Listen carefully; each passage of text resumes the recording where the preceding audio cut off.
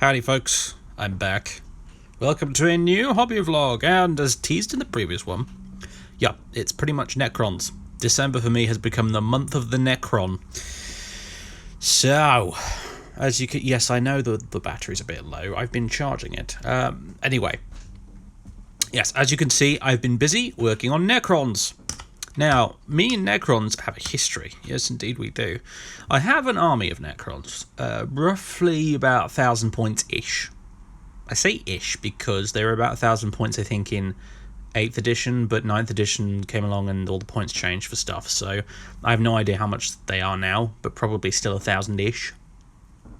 And I've had them for a long time. Some of them I've had for a very long time, actually. Some of them I've had since 3rd edition, like this gentleman here.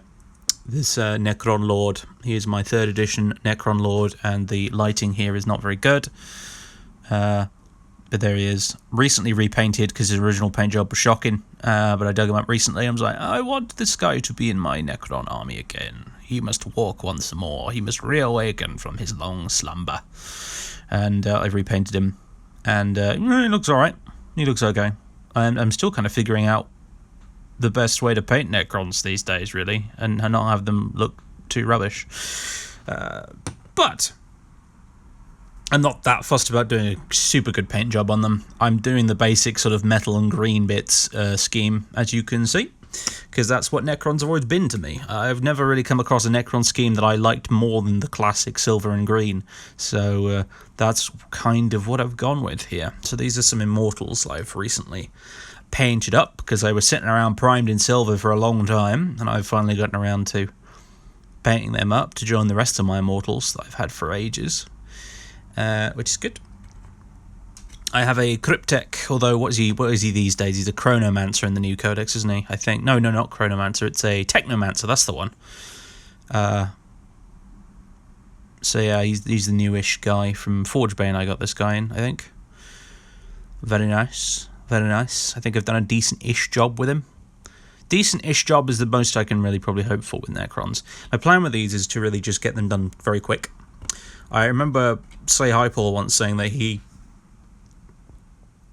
what was it? Yeah, he once told me that I think he painted a Necron army in a weekend once. He painted like 2,000 points of Necrons in a weekend. Now, I don't think I can match that kind of speed, but Necrons aren't exactly slow to paint. You know, ultimately you prime them with silver spray and 90% of the job is suddenly done. They don't take very long. Obviously I spend a bit more time on the characters, but generally speaking, you know, they're pretty quick, and as long as they look decent from about that far away, they're probably going to be fine as far as, you know, my standards and also battle report standards will go. So yeah, there you are. I haven't got them all out because I can't be bothered, if I'm honest. But I do have. Here's one of my wraiths at the moment. He's a bit of his tail's missing, which is a bit sad. I just need to fix that if I can. And one of his claws came off, which I've been fixing. Went a little bit overboard with the blood for the blood god there. Actually, might want to fix that up a bit. Less is more. I've discovered these days with blood for the blood god. But hey. Yeah, I do like those newer Wraiths models. They're pretty cool. I've got some old ones here, in bits. These are the old Wraiths. If you played Dawn of War, Dark Crusade back in the day, you'll recognise these lads. Don't really know what to do with these guys. They're kind of awkward and annoying, the way they glue together, sort of halfway up the spine thing. As you can see, they're notably weedy next to the new Wraiths. I'm thinking of turning maybe one of these into a very strange Necron Lord. Of some sort. I know that they've got the Necrons have a new unit now. I noticed in the new codex. I can't remember what it's called, but it's a new type of destroyer. And he's like a snaky dude, and they look uncannily similar to these old Wraiths. So I could maybe use them as those, but I think I'd rather just get the new models, honestly, because these old metal ones are a bit of a pain. But one of them, I think, with a few bits bolted on and some converting and kit bashing, I could turn him into a very weird, eccentric Necron Lord destroyer. Possibly. So yeah, I used to collect Necrons back in 3rd edition. I think they were either my second or third army I ever got. I can't remember which. It's been ages. I had Space Marines first, because naturally, you know, they came in the starter set. And then after that, I think I either picked up Necrons, or I picked up Eldar. Craftworld Eldar. I don't remember which one came first. But, yeah, those were the three armies I had back in the 3rd and 4th edition days. And that was back when Necrons were very different, because Necrons back then, they were they had this cosmic horror vibe going on. There were these metal skeleton dudes from millions of years ago who were walking automatons who served the will of the inscrutable star gods, and they existed to do nothing but cleanse the galaxy of all life. They just wanted to kill everything. Whereas nowadays, I think it was around 5th edition, they changed it to basically try and give Necrons more personality, because at the end of the day, Necrons, the old Necrons, were kind of treading on the Tyranids turf, because Tyranids were the cosmic horror from beyond the galaxy, coming to eat everything, and just, you know, that's it really, eat everything. And Necrons back then were they were great, they were really cool, and that 3rd edition codex is just one of my favourite 40k books of all time. But it was essentially very similar to Tyranids, but, you know, metal skeletons edition. And so in 5th edition they changed it, and they gave them a lot more personality. They made them a bit more like Tomb Kings from fantasy. You know, you have different dynasties, ancient Egyptian style, and but your box standard sort of rank and file warriors like these guys here, they're still more or less just automatons. However, the more higher ranking nobles, your cryptex, like this gentleman here, your overlords and stuff like this gentleman here, and we'll get to him in a minute, don't you worry. They actually have some sort of personality intact, and what they kind of, as a faction, underwent a very interesting transformation, because they went from being sort of spooky horror themed, and they still got a little bit of that going on, but they went from that to being quite eccentric and strange and funny.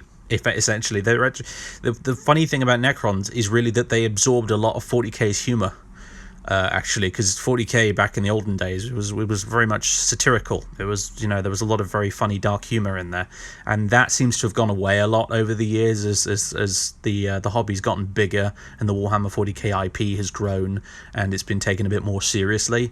However, the Necrons, they've kind of retained a bit of their silliness. You have characters like Trazyn the Infinite and Orican the Diviner, who both feature in the book Infinite and the Divine by Robert Wrath, which is really good, by the way. I'm reading it at the minute, and it's so good.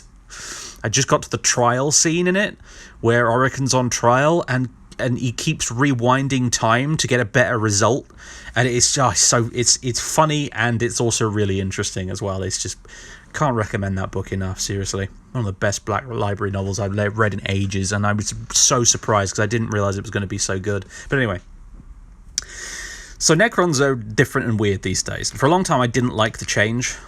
For a long time I really didn't like the change. I liked my old Necrons the way they were, and I didn't appreciate them being totally retconned. Like, it's not often that GW just comes in and does a big smash face retcon like that, but they did, and for a long time I wasn't terribly happy about it.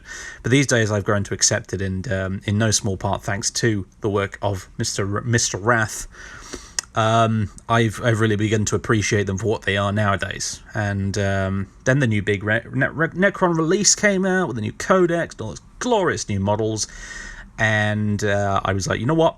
It's time. It's time to reawaken the old Tomb World. Let's go marching across the stars again, lads. It's time. So, here we are. I'm painting Necrons this month. Now, I was hoping I had this fantastical idea of getting all of them done.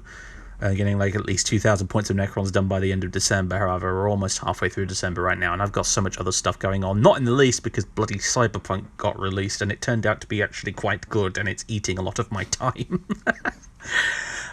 So... yeah, plus all the other usual stuff anyway as well. Like right now I've got a Morrowind video encoding as we speak. Oh, if you're curious what I'm listening to today, it is the work of Mr. Oculus Imperia. I'm listening to his Edict of Nicaea video. He's a YouTuber that does lots of 40k lore videos, and they're not just ordinary 40k lore videos either. He does them from the in-universe perspective of an Imperial scribe, documenting all of this stuff. and it's really superb, really superb. It really gets into it. They're very atmospheric videos with loads of really good lore in them and stuff, and it's like listening to an old style codex being read to you back in the days when they kind of wrote codexes from the perspective of imperial scribes. I remember the old Guard Codex being like that, and it's very much in the same vein. It's just wonderful, really great channel. You should go check it out. I highly recommend it. It does amazing stuff. Anyway, perfect to listen to while painting, because as you can see, they're quite long videos usually. This one's about an hour long. I'm most of the way through it now, and I believe the Emperor is speaking right now. He's inserted this cool little voice recording of the Council of Nicaea, and the Emperor himself is speaking at this point, which is why the text on the screen has got a bit mad. Anyway, like I said, just really awesome dude. Check him out. Anyway, so yes, Necrons. I am working on them. I have an Indomitus box.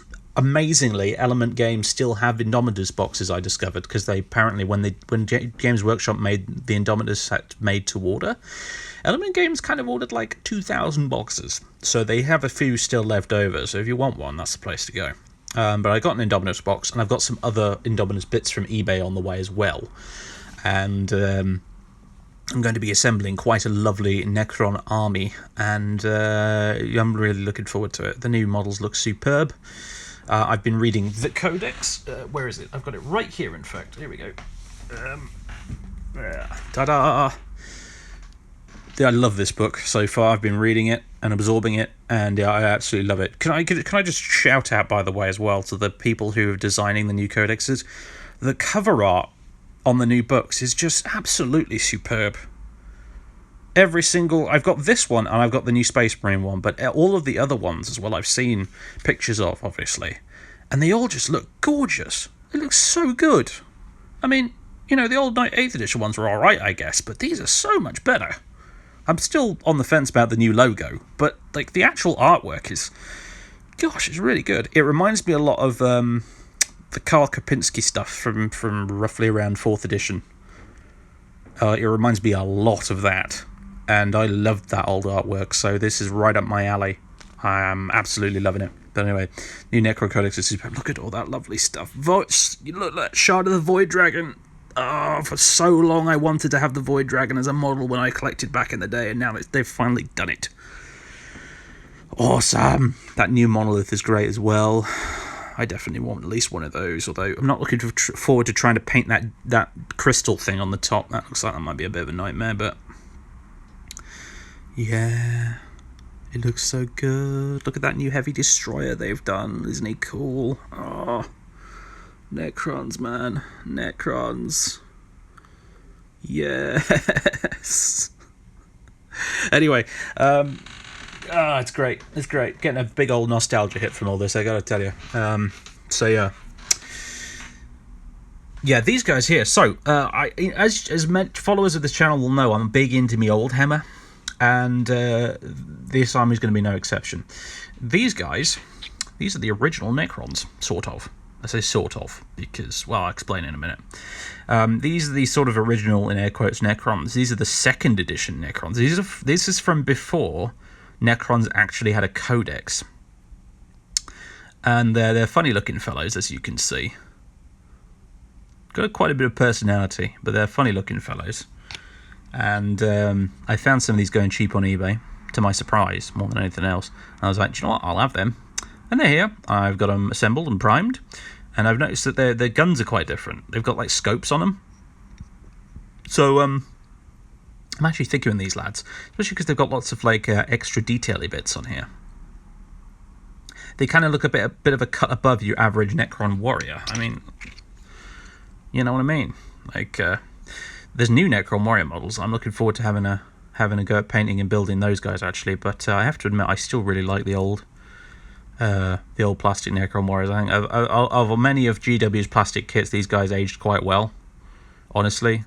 The green plastic rods on them are a very love-hate thing for a lot of people. A lot of people seem to really loathe those things, but I always thought they were alright, particularly back in the days when my painting skills weren't very good and I didn't know how to paint bright green. But yeah, I still have those on all my Necron warriors, so that's cool. But yes, as you can see, they don't really fit in with the other Necron warriors, really, do they? So what I think I'm going to do, particularly because they've got scopes on their guns, is I'm going to run these guys as Deathmarks, which are the Necron snipers, which are rather tasty in the new codex, actually, by the way. In 8th edition, Deathmarks were a bit rubbish, but in the new codex, they look very good indeed. So, yeah, I think these guys are going to be Deathmarks. Now, I said they were original Necrons, sort of, because before these guys, you had the so-called Chaos Androids, which I think were from, like, Space Crusade or something. And they were effectively the original Necrons, but they were called Chaos Androids. And oddly enough, I have some of those on the way from eBay as well. A friend of mine managed to track some down, and he sent me a link to it, and thank you very much. You know who you are. But yes, I will now have in this army every generation of Necron warrior that has ever been made, which is pretty sweet. I don't know when they're going to get here. It's eBay, so who knows. But yeah, I'm looking forward to adding those guys to it as well. And this guy, this is the original Necron Overlord. Well, I think he was just a Necron Lord back in the day, but yeah, here he is. This guy is really interesting, actually, because the general sort of aesthetic he's got going on, they've kind of come back to with the new stuff. It's interesting. He's going to fit in remarkably well with all of the new Necrons, I think. Yeah, it's interesting. Like he's got these Egyptian-styled bits on him, and he's got this metal-scaled cloak like a lot of the new Necrons have. He's going to fit in quite well. And you know what's funny about him as well is I originally thought he was going to be really tiny, because most models from back then, before the scale creep started to kick in, were very small. But actually, he's kind of big. He's pretty big for a 2nd edition model. This guy's huge. It's really difficult to do this while doing it one-handed, but let me grab a Plague Marine from over here. Yeah, I know my battery's low. Shut up, phone. Goodness me. But I don't know if you can... There's a little Plague Marine. I hold him up on roughly the same level as the Necron Lord. Look how big he is compared to that Plague Marine from the same era. He's huge. And the side effect of that really is that he fits in perfectly with all the new stuff. Like if you stack him next to this Necron Lord here, my old Necron Lord. Yeah, they're looking pretty good next to each other. Here's another Necron Lord guy I've got. This is a fully magnetized Necron Lord I got from eBay. This guy's kind of nuts. But yeah. See, they're about the same height, aren't they? It's really good. So because usually when you get retro old-style Oldhammer models, you have this issue where you have to kind of put them on booster seats, essentially. Put lots of cork on their base for them to stand on so that they don't look too small. But this guy, no, he's all right. He's fine. He's bang on scale. So yeah, that's awesome. So he looks, and like I said, he looks pretty good. I think he's actually just a genuinely really nice sculpt.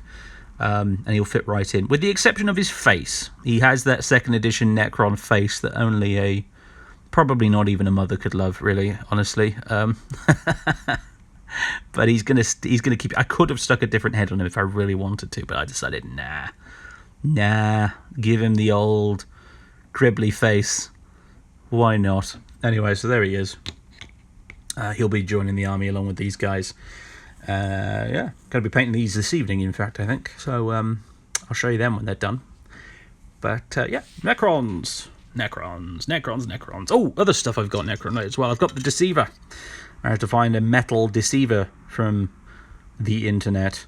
There's something, I gotta say, actually, there's something really satisfying about having Necrons that are actually made of metal. But having a Catan that's actually made of metal is kind of nice. Now, as you can see, he looks a bit like a vandalized Greek statue at the moment, but his head and his arms are in a separate bag over there, in here.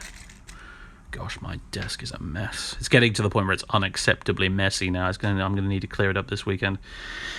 Oh dear. Yeah, that's not good. I mean, I like a little bit of mess. And there's actually scientific evidence to prove, I'm told anyway, that a little bit of mess is actually, it's good for your creativity. It boosts creativity, but not like this. Not like this. Anyway, Deceiver. Got the Deceiver, and I'm losing grip of the camera right now, so I need to... there we go. Adjust. I've also got this guy in the bloody cupboard, a shame, for a long time. The Nightbringer. Finecast resin Nightbringer. I'm not really looking forward to building this guy, honestly, because finecast, ugh. And speaking of finecast, here we go. We've got this Cryptek, which I've had for ages. I believe he's a Chronomancer these days, this lad. Again, finecast. Yeah. And I've got Trazyn the Infinite. Also finecast. Blah. Never mind. Now, fun thing about Trazyn is he's one of the best Necron named characters, and normally with my armies, as you know, I have a policy of not really running named characters, like, ever. But I might make an exception for Trazyn, because Trazyn's really fun, and I could make a lot of really fun narrative scenarios with him. Because Trazyn, to give you the short version, is he's a very eccentric Necron Lord who has a tomb world, which is essentially a giant museum full of living exhibits that he captures and imprisons there. And he goes around the galaxy essentially like an evil metal Indiana Jones, and he's a very amusing fellow. He's one of the main characters in the Infinite and the Divine, and he's just terribly amusing. And I totally want him in my army. And the good news is, in the new Necron codex, all the named Necron characters, they are now free agents, essentially. Like, they're not tied to a specific dynasty. So they can drop by at any time you like with your dynasty, and we could do a little fun Trazyn's hunting for treasure narrative mission, which I think would be jolly good fun, and I'm looking forward to having a play around with that. So I will be painting up Trazyn. He will be occasionally dropping by to frustrate the plans of my own Necron noble characters with his own designs, and I think it will be a grand old time. Fun thing, actually, Alfarius, who's been on the channel many times before, he also has a Necron army. You'll know him for his Alpha Legion army, because that's the only one he's ever played on the channel, but he does actually have a Necron army as well, and he has Oricon the Diviner in his army, and Oricon the Diviner and Trazyn the Infinite are not big fans of each other, shall we say, so we could have a wonderful battle between my guys with Trazyn versus his guys with Oricon, and I think that could be really fun. Once all of this COVID stuff is out of the way and we can go back to playing 40k normally, there you go. So, have that stuff to do. I think that's all there is for now. Necrons! Lots of Necrons. Further progress updates on the Necrons as things unfold. Things have unfolded. Lots of things have unfolded and crawled out of the ground. So it's been like maybe a week or two, I think, since the last bit of this video I recorded, and I've made some progress, as you can see. I decided to get everything Necron-y I had out on the table just to get a mental gauge of how much of it I actually have. I'm still not close to done, but this is what I got so far. So this army is a combination of one or two bits that I still have from my 3rd edition days. Another Necron army very small Necron army that I picked up on eBay towards the start of 8th edition, as well as the new stuff I've done since then. Looking at these warriors, for example. So this is everything I've got right now. I don't know how many points it is. If I had to guess, I'd say maybe 1,500 points or something like that. I don't know. That's what I got so far. But hey, here it is. I've got warriors. These are new warriors. These are the new warriors from Indomitus. They're not too bad. They're okay. The new sculpts are alright. These ones kind of didn't come out quite perfectly, unfortunately, though, because when I was priming them, I kind of made a boo-boo, and I think I held the spray can too far away from the models, or it was a particularly dry day or something like that, and they went a bit grainy, a bit crusty, and I did my best to salvage it, and I kind of couldn't really salvage it. And ordinarily, I would dunk them in some biostrip and start all over again in that situation. With any other army, that's what I'd do. However, with these guys, I've kind of just decided to roll with it, because what it's done, now that I've got them finished, is it's kind of given them this sort of sandblasted, corroded appearance to the texture of their metal appendages. And it's not perfect. And if I had to do it again, I wouldn't choose to do it this way. However, I think they're okay. I think they're good enough as the general fodder unit of the army anyway, they're not characters or anything special like that. I think they're probably good enough to leave as they are. I got another 10 of those to do, the new ones, and then I got another 10 of the new ones with the alternate weapon loadout, with the little blaster things. I'm not sure what they're called. But yeah. However, I do still have plenty of the old warriors, and do you know what, honestly, maybe it's just nostalgia, but I think I prefer these guys to the new ones. I know, silliness, but I think I actually prefer these older guys to the new guys. It's the green rods. It's the green plastic rods, which a lot of people hate, I know that, but I always quite like them. As I've said, I think, already in this video. They just make the models pop in a way that these ones don't. That bright green with the rest of the dull metal, just boom, pop. The model looks complete. These guys don't have that going on. They look like they need more green on them and they don't have enough. And it bothers me a little bit, but what are you going to do, I suppose? But yeah, I got 30 of the old warriors. As you can see, love these guys. I was genuinely, when they did the Necron refresh, I was genuinely a little bit surprised that they did do new Necron warriors, because I always thought that these guys were perfectly fine. I've always thought they were a pretty good kit. They aged incredibly well. Pun not intended, because we are talking about Necrons after all. But still. Hey, there they are. More warriors here as well. And behind them I've got some Immortals with the Tesla guns that I can't remember the name. Tesla carbines maybe? Not sure. The lightning shooting guns. There we go. 10 Immortals. They are they're like the Necron's elite infantry. They're a step above Necron warriors. Necron warriors are just sort of the soulless automaton fodder of the Necron dynastic armies, whereas the Immortals are slightly more elite guys. They're not like elite like Lich Guard elite, but they're, a step above the cannon fodder, essentially. So I got 10 of them. I wouldn't mind another 10 with the Gauss blasters, but that's not a very high priority. Maybe at some point, we'll see. 3 Wraiths. I'm going to redo their claws at some point, because I think they've got a bit too much blood on them. But 3 Wraiths, including this one that's a bit drunk and he's leaning way too far over. but hey, 3 Canoptek Wraiths. I have my completed, now, Deathmarks. These are the old retro 2nd edition Necron warriors that I'm using as Deathmarks, because as you can see, they've got kind of sniper weapons with scopes on them. So, and they look quite fun. I'm really pleased with how they came out, actually. They look really good. I've made each one of them a little bit unique as well. Like, they don't have quite the same paint job, too. So, they came out looking really nice. I've got Triarch Praetorians, one of which who is broken and I need to fix his staff blade thing. Triarch Praetorians are interesting because they're not really part of the dynasty. Triarch Praetorians in the Necron lore these days are basically like almost like interdynastic police of a sort.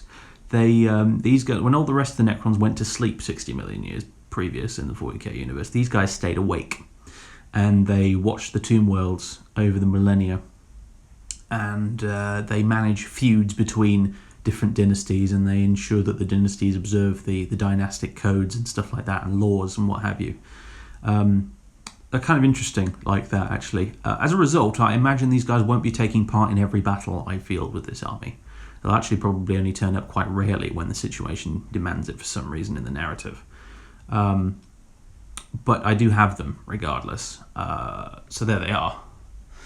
I've got 3 of the new Scorpec destroyers, more of these on the way. I think these guys look awesome, by the way. They look like absolutely ridiculously mean murder machines. They look so cool. Really a big fan of the new destroyer models. Very, very nice indeed. Plenty of blood splatter on them, because destroyers are they're a bit mad. They are Necrons who have got the destroyer virus, and they've gone a bit insane. And they are quite close to what old 3rd edition Necrons used to be, actually. Really.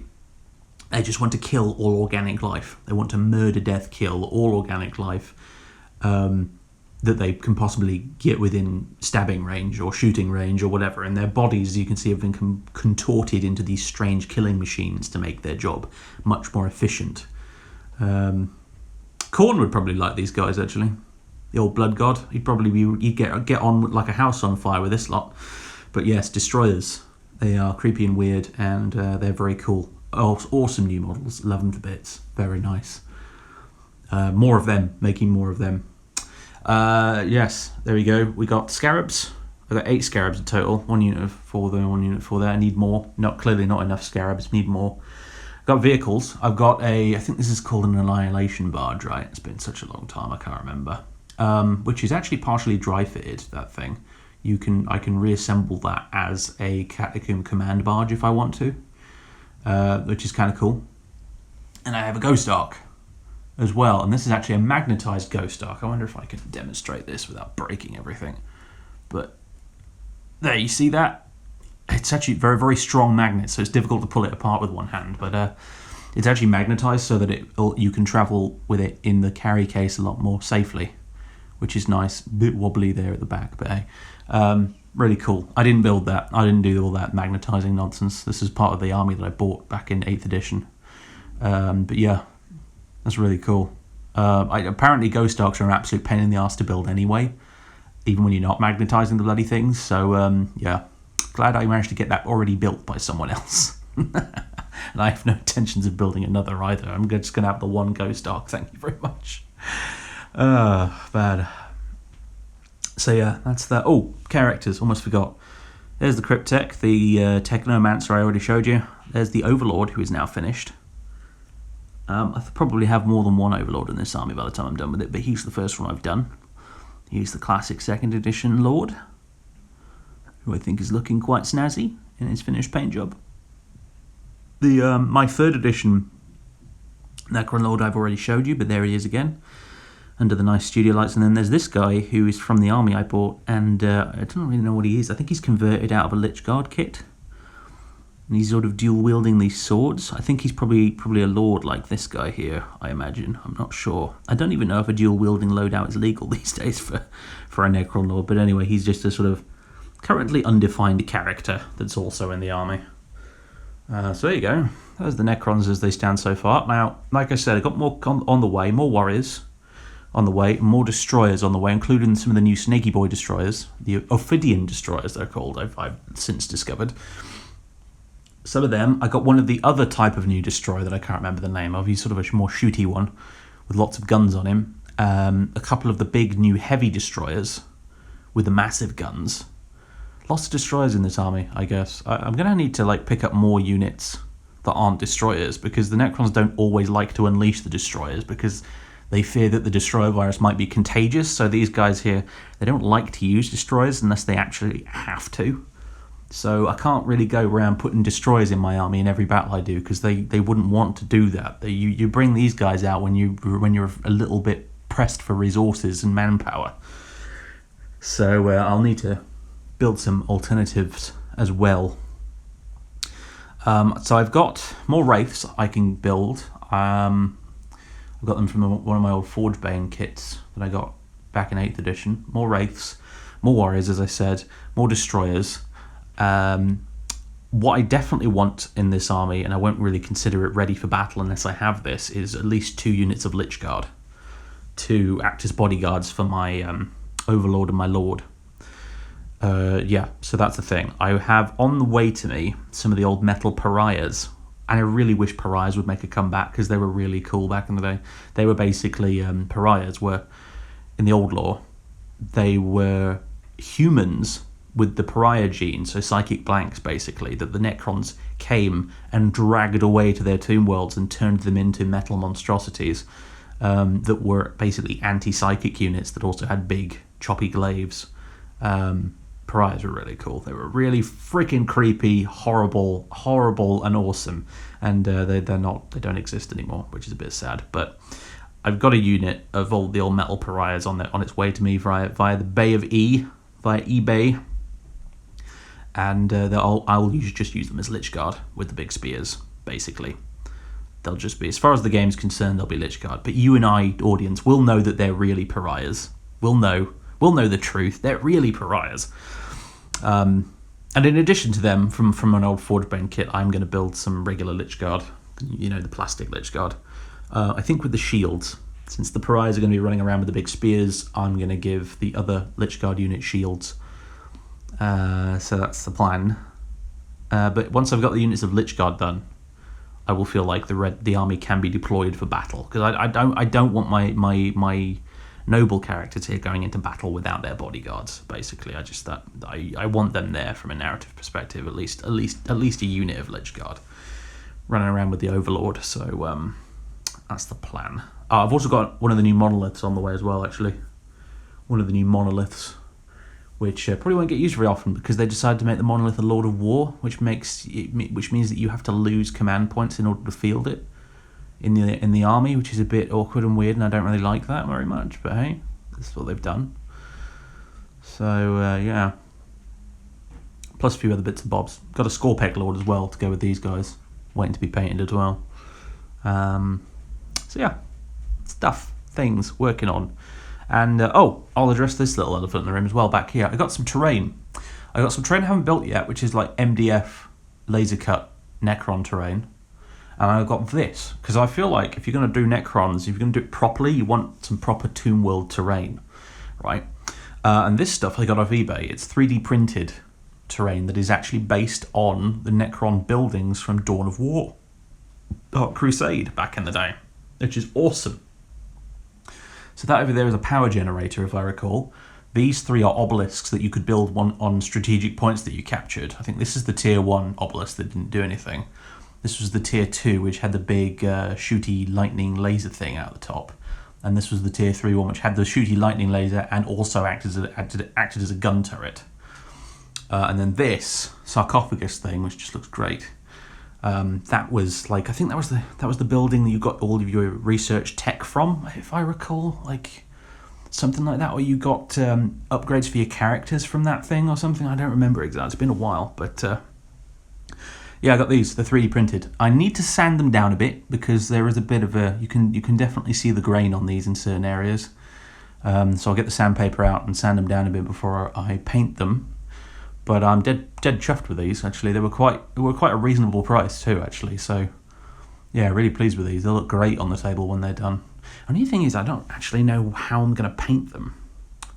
I could paint them metallic like the rest of the Necrons themselves, but they've got a kind of more of a stone-like texture, kind of a black stone texture. And I've never tried to paint anything blackstone-ish before. I don't know how I'd do it. Prime them black first, obviously, but then like maybe dry brush them up with a green. With a dark green going through to a white or something. I don't know. I'll have to really think about how on earth I'm going to do that. Because I genuinely don't have a clue how I'm going to paint these Necron buildings exactly. Thoughts and comments below, I suppose. If you've got any good suggestions on how to paint Necron stone obelisks and things, let me know. Don't know how I'm going to do that yet. There they are. My Necrons. Lovely stuff. More of these to come in future updates.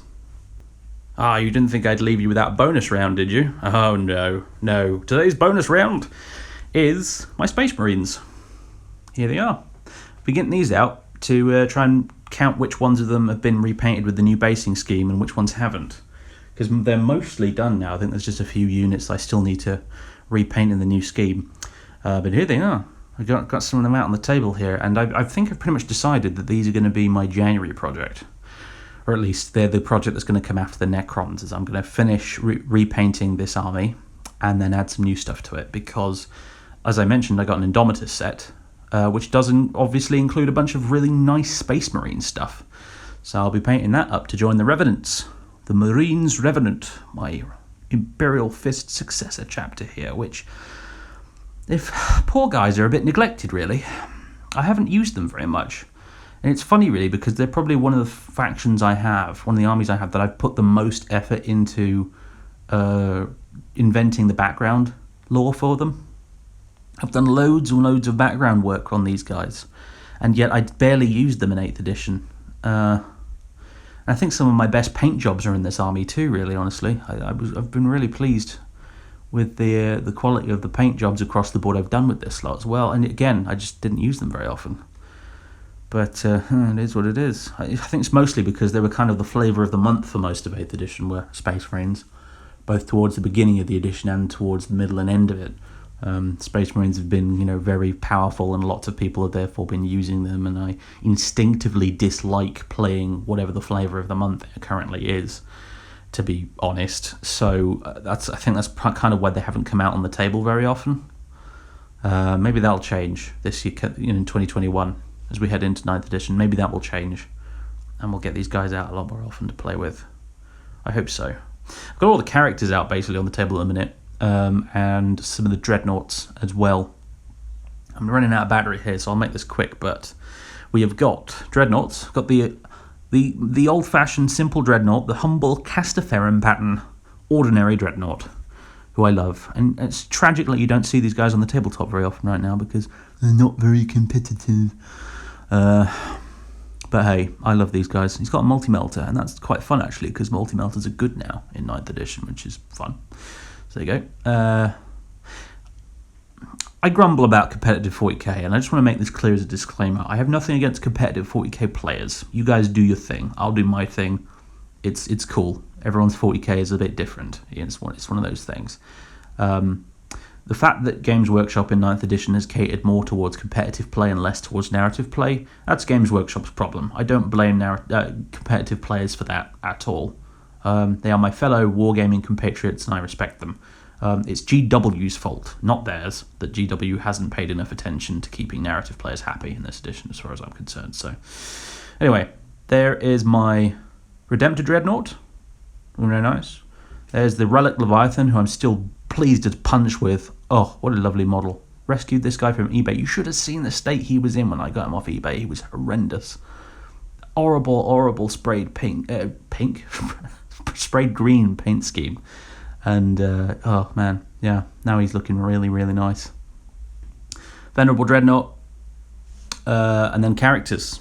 Tech Marine with the big servo harness. Apothecary. Librarian, Primaris one, with the glowy eyes of doom. Chapter Master Joseph Garridon with his big hammer. Honoured Brother Beaky, my oldest model in the army from the 1980s. Original rogue trader. Beaky Space Marine. I like him a lot. I've got the Mr. T, one of my lieutenants that is loosely based on Mr. T on account of the Mohawk. I like him. He's got a little Sister of Battle power sword actually as well as his little scanner and his bolt gun.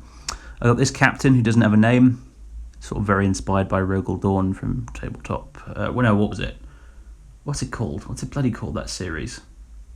If the Emperor had a text-to-speech device, the Rogel Dawn with the mustache thing, it's kind of loosely inspired by that. I got a lieutenant at the back here. First model I ever painted in 8th edition was this guy actually, originally. And as you can see by his slightly sickly features, he suffers with the red phage. Blast and damn it, I couldn't do it. I couldn't finish before the battery died. Never mind, I've plugged the thing in now, so I don't have to rush anymore. But yes, the Revenants chapter, their dark secret, which they do their very best to keep secret from the Inquisition, is the fact that they suffer with a genetic disease. A little quirk of their gene seed, which causes them to a bit like the Black Rage or whatever it is that the old Blood Angels have. Similar sort of deal, but not quite. Essentially, what it does is it just inflicts incredible amounts of pain on them, and then they die very quickly after the symptoms start to show, and it can show at any time really. Some of the Marines can go for a long time without contracting it, going into the final stage with the symptoms, and some of them it happens almost right away. It's a bit of a roll of the dice that they have to suffer with, and they try to keep it quiet from the rest of the outside world as best they can. But yes, the only real advantage of it is it renders them a bit insensible to pain because they're already in so much pain as a result of it, as their veins start to expand and almost go to bursting point, and it's very ugly and not very nice, but yes, it's a thing they suffer with. And this lieutenant I depicted with his helmet off, actually actively suffering the symptoms of that. So he's not got long left, this guy. His days are very much numbered, but he's still desperately trying to carry out his duty in spite of it. The reason the chapter has a lot of dreadnoughts is because the only workaround, if you like, for having the Crimson Phage is when they get it and the circumstances are there, they're basically given a choice by the chapter's chaplains. They basically come to them and they say, right, here's your choice. We can basically honourably discharge you, in air quotes, which basically means we'll execute you, we'll shoot you, and spare you the suffering. Alternatively, you can carry on. You can go if there's a battle coming up, if they're on the eve of a big battle, they can charge into battle and take themselves out in a suicidal rage. Run into a field of machine guns or something like that and go out with a bit of dignity. Alternatively, they can volunteer to try and be turned into a dreadnought, because that seems to be the only way they can really survive it, as they get turned into a dreadnought. And obviously that's not a process many of them survive, because whether you can successfully become the pilot of a dreadnought basically depends on how generally compatible you are with the machine spirit. So a lot of them don't survive it, but a lot of them do choose that over death. So that's the reason the chapter maintains and houses a lot of dreadnoughts, is because they have a lot of Marines over the years that have, rather than dying, elected to become one with the machine and become a dreadnought, like many of these here. So yes, there you go. There's a bit of background lore for these guys. Who else we got? We got Reclusiarch Gideon Bale here. He's the head chaplain of the chapter. He's one of those limited edition chaplains that came out a while ago, the store limited edition ones. I'm quite pleased with him. Very cool dude. I like Gideon. We've also got, what else we got? I mentioned Mr. T, the LT, Mr. T. I got this old school guy who, I think once upon a time originally this guy was a captain, but I run him as a lieutenant. He's actually an Ultramarines captain, I think. But what I did with him is I scraped off the Ultramarine symbol on his belt and put a purity seal over it. And I put just this big piece of honorific parchment, this Oath of Moment thing, over the Ultramarine symbol on his shoulder, and it seems to have covered it up quite nicely. So I think he's second edition, this guy. I think he's a second edition character. But yeah, he's my lieutenant, a veteran lieutenant. That's why he's got lots of bling, but he's lieutenant. I got some company champions. This guy, second edition Black Templar, Emperor's Champion, with a mahoosive sword. I really like this guy. Very cool, old school sculpt. I got another Emperor's Champion, which I basically gave a shield and turned into a company champion, with the Templar logo on his shield there, as you can see. Quite like him. So that's nice. And I got another one with a spear and a shield as well. Again, Templar logo on his belt. Now, the reason they have Templar logos on them, well, there's two reasons. The practical reason, is that at the start of 8th edition, I collected Black Templars, and I eventually turned them into these guys. So I had a lot of Templar bits lying around. Now, the other reason, the narrative justification for this, is basically that they're successors of Rogal Dawn. And the reason the Black Templars have the Templar cross is because the Templar cross was actually part of Rogal Dawn's personal heraldry. So that's the reason why these guys have it, is because they're basically mimicking their Primarch's actual personal heraldry. It's got really nothing to do with the Black Templars. It's the same logo, but they're using it for a slightly unrelated reason, basically. That's the thinking there. These guys are big Rogal Dawn fans. They are sons of Rogal Dawn, and they follow his teachings and what have you. A lot of this army really is a product of essentially me wanting to play Horus Heresy Imperial Fists, but not being able to because I didn't know anybody else who played Horus Heresy. So I basically made my 40k Space Marine army into a very slightly Horus Heresy themed one, which is why I've got a few Horus Heresy Marines in it, like the Mark II veterans and the Mark IV veterans and what have you. But anyway, Chaplain with Jump Pack. That was one of the first 8th edition models I painted as well, I think, if I recall. Chaplain without Jump Pack, Primaris Chaplain, basically. I think I've shown you him before. In fact, I definitely have. He's the thumbnail for one of the videos I've done in the past, one of the previous hobby vlogs, so I won't linger on him. I got my captain here, my Dawn of War Gabriel Angelos-inspired captain, who I like a lot. He's a bit small these days, honestly, compared to these guys, but I'd still love him. He's great. I got Captain Brutus at the back there, my Gravis captain, who still unfortunately has a floppy chainsword that I need to fix with super glue. I have this librarian with an axe, who, if I recall in a previous battle report, walloped one of those spider crawly demon engines. I forget what they're called. Venom crawlers, I think. Yeah, he walloped one of them with his big force axe. I was quite pleased with him. I got one of the banner bearer guys. Forget what they're called. I think they're called ancients or something these days, but whatever. You know, banner bearer guy with the chapter banner. Very nice, very nice. And I've got this veteran intercessor sergeant who isn't really a character. Just like Brother Beaky isn't really a character, but hey, he's here anyway. Because the reason I love this guy is because, well, he's one of my favourite kit bashers. But he's also here because if you're a Deployment Zone subscriber, you may recall a battle report I did with Liam on there, where it was my Space Marines, these guys, versus his Simhan Eldar. And this veteran intercessor sergeant is special because he got fired at with virtually every weapon by a Crimson Hunter Exarch, which is basically a big Eldar jet plane, flew right over, unloaded its entire ordnance into this guy. He was the only guy left alive in his squad, and he shrugged it all off. The Eldar plane failed all of its wound rolls, and this guy just stood there, and there was blasts of explosions and stuff, and a bit like Luke Skywalker in The Last Jedi, he just sort of brushed the dust off his shoulder and stood up again. And it was quite an epic moment, and he's one of my favourite models in the army as a result of that. So maybe I'll promote him to a lieutenant actually at some point. That could be a thing I do actually. He's got his Terminator on his shoulder there. He's got his Crux Terminatus and everything.